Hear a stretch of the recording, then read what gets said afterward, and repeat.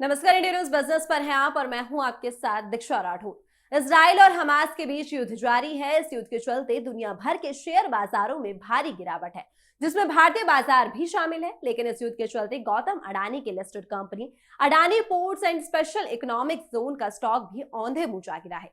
दरअसल इजराइल और हमास के बीच जारी जंग का असर सप्ताह के पहले कारोबारी दिन सोमवार को भारतीय शेयर बाजार पर दिखाई दिया।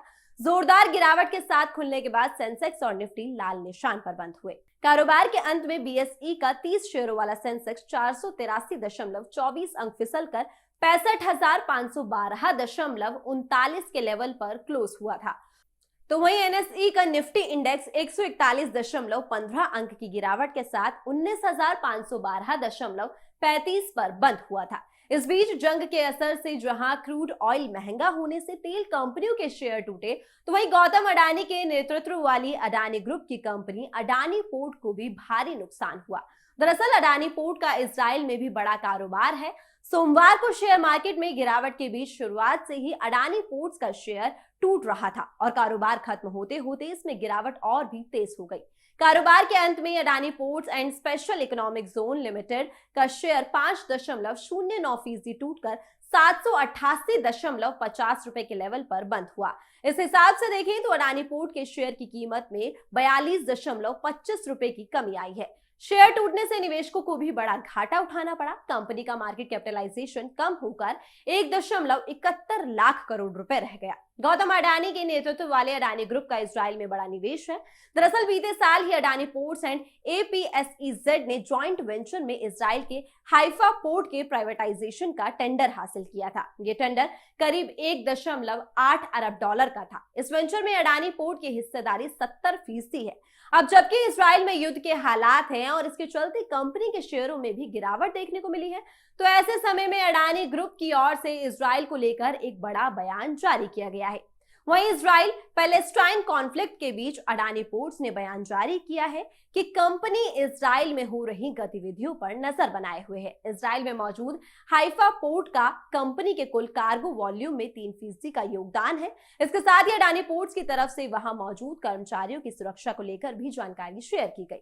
एपीएसईजेड के प्रवक्ता ने कहा कि हम किसी भी स्थिति से निपटने के लिए तैयार हैं और हाइफा पोर्ट से सभी कर्मचारी सुरक्षित हैं। कंपनी ने कहा कि पोर्ट कर्मचारियों की सुरक्षा के लिए पर्याप्त कदम उठाए जा रहे हैं। सोमवार को अडानी पोर्ट्स स्टॉक के अलावा जिन शेयरों में गिरावट देखने को मिली थी, उनमें बीपीसीएल का शेयर 2% टूटकर 340.25 रुपए पर बंद हुआ था। इसके अलावा G20 में India middle east Europe corridor से उत्साहित रेलवे कंपनियों को भी झटका लगा है। रेल विकास निगम लिमिटेड का शेयर 5.17% की गिरावट के साथ 161.25 रुपए पर क्लोज हुआ। इंडियन रेलवे फाइनेंस कॉर्पोरेशन यानी IRFC का शेयर 5.08% फिसलकर 71.05 रुपए पर बंद हुआ था। राइट्स लिमिटेड का शेयर 2.37 गिरकर 470.60 रुपए और रेलटेल स्टॉक 4.68% की गिरावट के साथ 208.70 रुपए पर क्लोज हुआ था।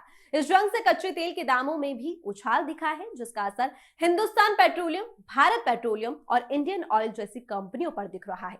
इनके शेयर में 2% से ज्यादा की गिरावट है। बहरहाल अडानी ग्रुप के लिए मौजूदा वर्ष 2023 में मुश्किलें खत्म होने का नाम नहीं ले रही है। पहले ही हिंडनबर्ग रिपोर्ट के खुलासे के बाद इस वर्ष जनवरी-फरवरी के दौरान ग्रुप की कंपनियों के शेयरों में बड़ी गिरावट देखने को मिली थी। अब अडानी पोर्ट्स, जिसे अडानी ग्रुप के सबसे बेहतरीन कंपनियों के तौर पर देखा जाता है, वो मुश्किलों में है। इसी वर्ष कंपनी ने हाइफा पोर्ट्स को खरीदा था और अब इजराइल और हमास के बीच युद्ध का असर हाइफा पोर्ट्स के ऑपरेशन पर पड़ने की भी आशंका जताई जा रही है। तो अभी के लिए केवल इतना ही। देश और दुनिया की तमाम खबरों और जानकारियों के लिए बने रहिए इंडिया न्यूज बिजनेस पर।